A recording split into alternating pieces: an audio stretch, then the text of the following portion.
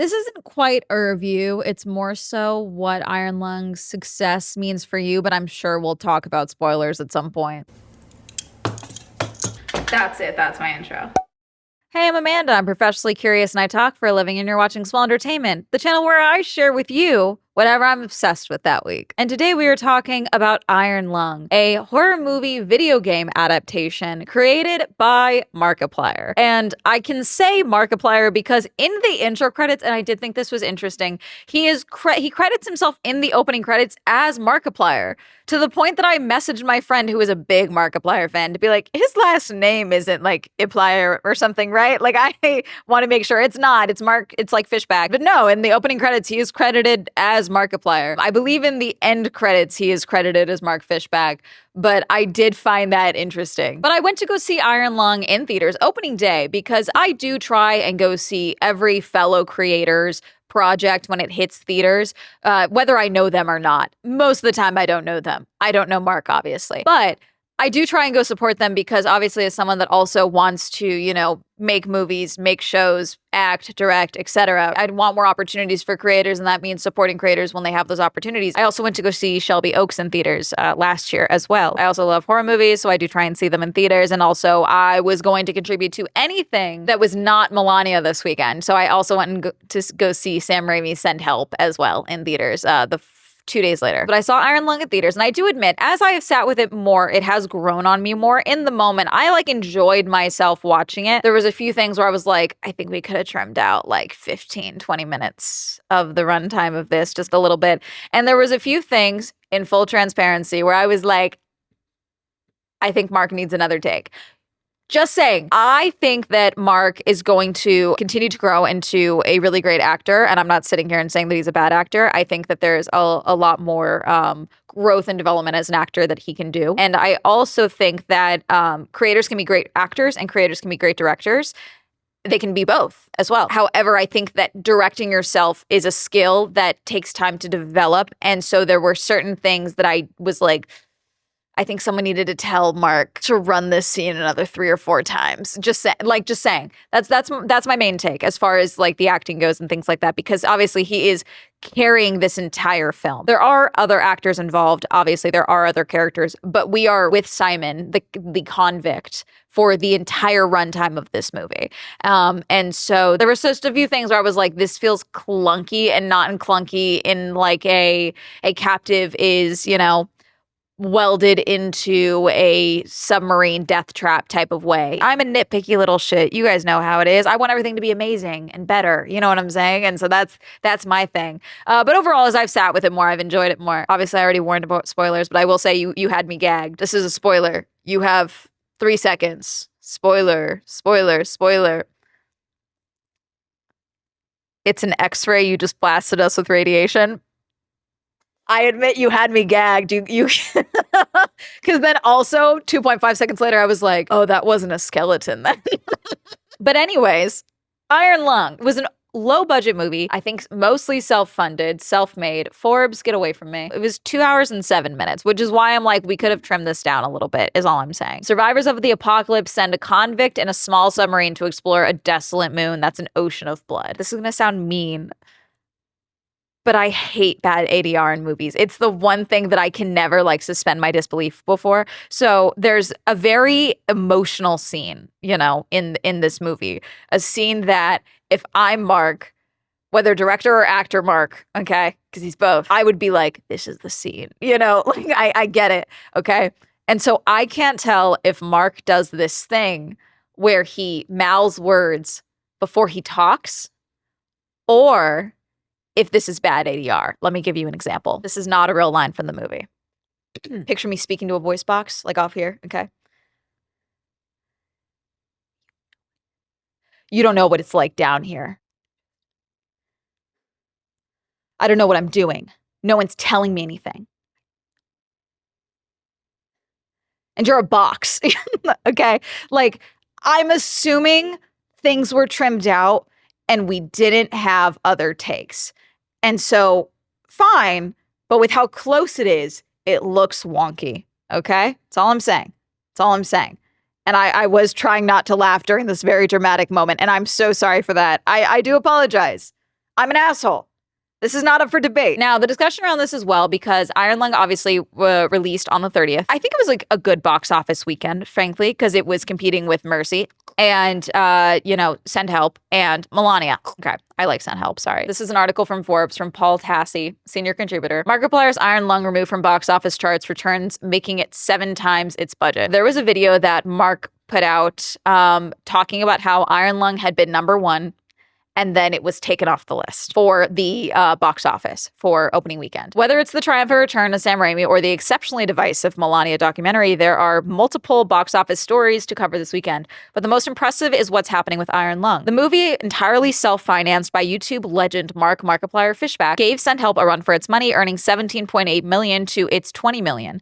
But Iron Lung also made $21.7 million in total worldwide, Send Help $28 million. But something strange happened when Markiplier noted that Iron Lung had been erased on a number of box office charts, which showed only Send Help and Melania instead. This quickly created a narrative of the mainstream is trying to keep independent film YouTubers down, though it seemed unlikely that was the case, and it was probably just a glitch. Iron Lung appears to be back in second place across all charts I can see, including the most widely cited one, Box Office Mojo, where I never saw it vanish in the first place as I tracked it over the weekend. Even though Send Help took first at the box office, Iron Lung, at least so far, is technically the biggest success.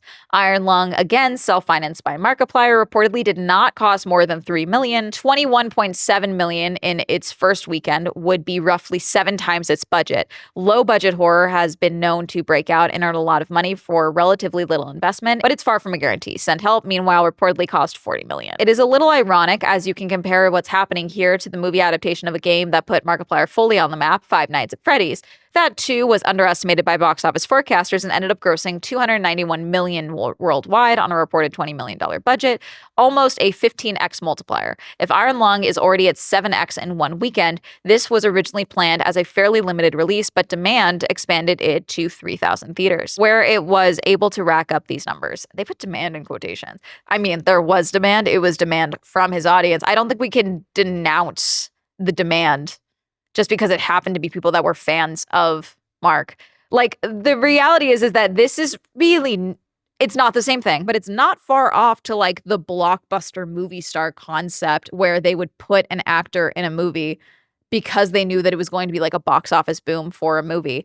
And that we are seeing time and time again in the modern day is not the case. There's not a lot of people that are going to the theater for Blank's movie, okay? Now, there are some people, I'll see anything Zendaya's in, frankly.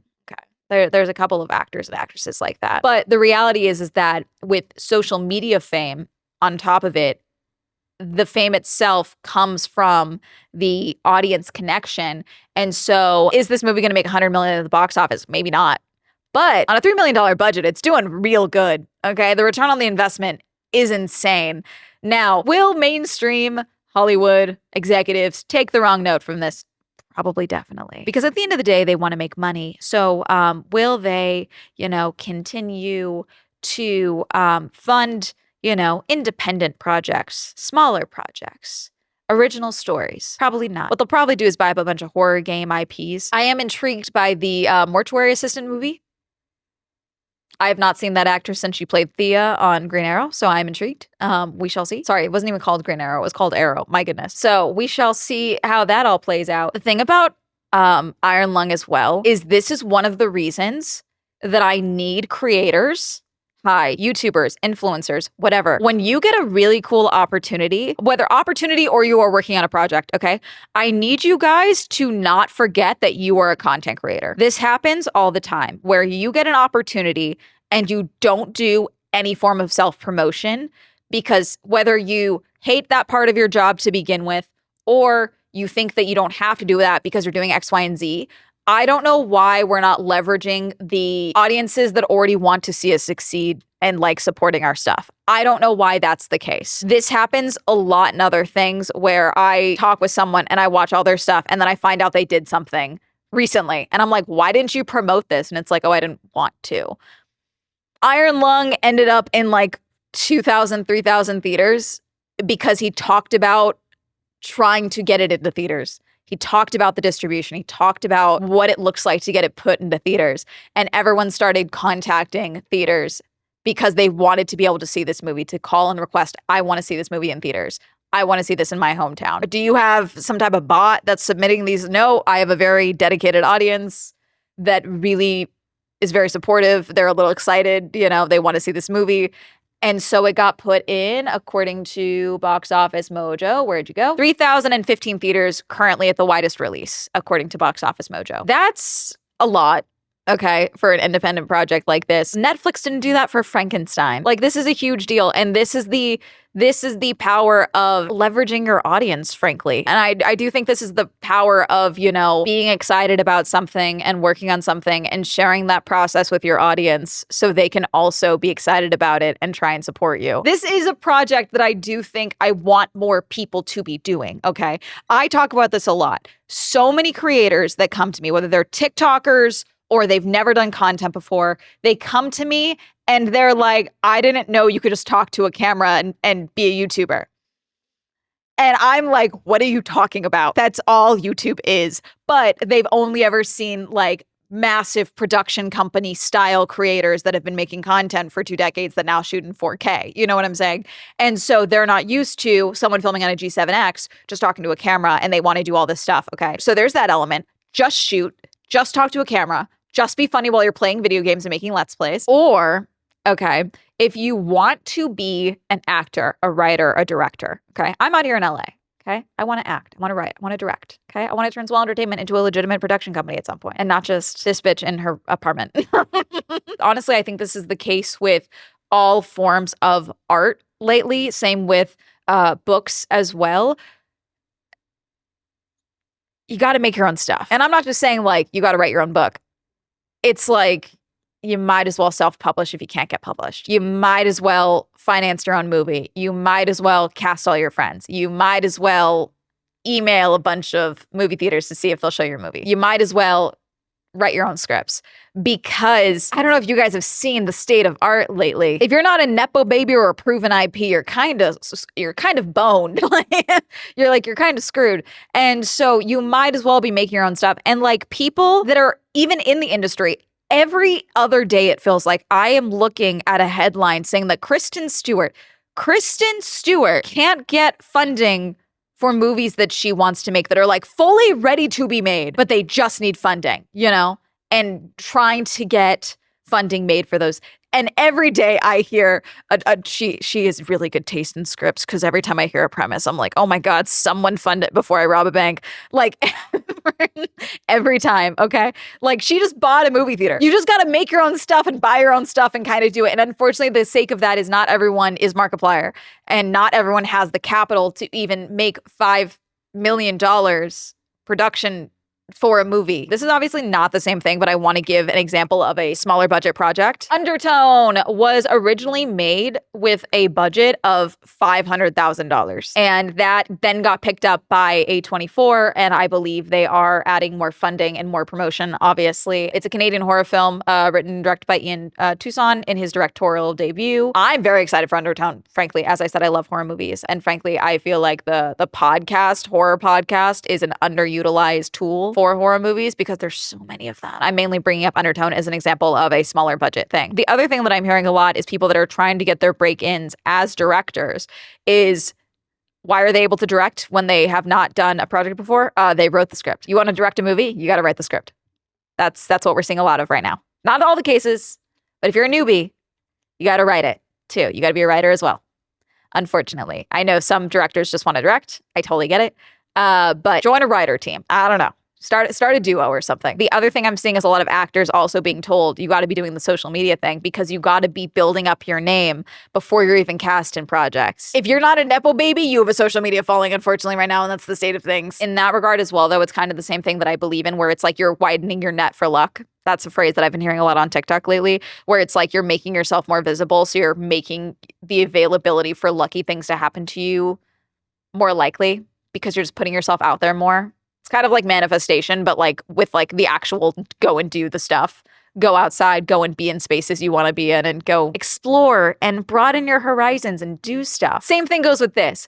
Make your own stuff, okay? Not everything is going to be a $5 million project where apparently you like have the most blood, all the blood on the side of Iron Lung. Not everything's going to be like that, but like Start shooting things with your friends. Start making projects. Make stuff. That's the main thing I want to talk about. Like, please make stuff. Write stuff. Do it. I want to be the next blank. Cool. Start. The other thing I want as well is like, sometimes you got to be cringe on the internet. Sometimes you got to get scared at Five Nights at Freddy's during a Let's Play to one day finance a movie. You know, sometimes you got to sing a little jingle about Dr. Pepper being good and nice to get paid $2 million to become the new jingle of Dr. Pepper because you posted a silly little TikTok. Sometimes you just got to put yourself out there. You open up your opportunities with putting yourself out there, but also you make your own opportunities. He wanted a movie for Iron Lung, so we got a movie made for Iron Lung. And again, I know where someone's going to be like, that's $3 million.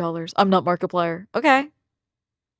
But you're you. Write a script. Get your buddies together. Film a script.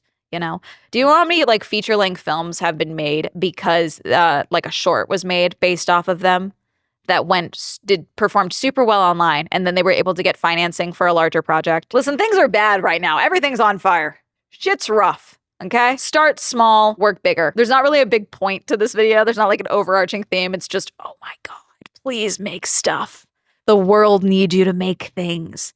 It needs you to be cringe on the internet. The world needs you to throw yourself around. The world needs you as Sam Raimi to pull the movie from Sony when they tried to dump it on Netflix.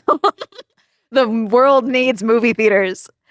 Go to the movies. This is really going to be it. Check out Iron Lung. See Send Help. See anything but La Melania. Did you see Iron Lung? Did you see it opening weekend? Have you seen it since? Is there not a theater near you where it's showing? What is your thoughts on Iron Lung? What is your thoughts on the current state of entertainment and funding your own projects? Have you written anything and you just haven't gotten it made because you're embarrassed or awkward? Let me know. Comment down below. Reminder to stream on Twitch. Swell Entertainment is now available on Spotify. Check out Girly Pop Go if you'd like to see more car and motorsport content. Shout out to my channel members. They also support my channel memberships. You can go and join down below. Like everyone else, social media. That'll be all up here. You want to go to a movie theater so bad. Have a lovely day. Bye.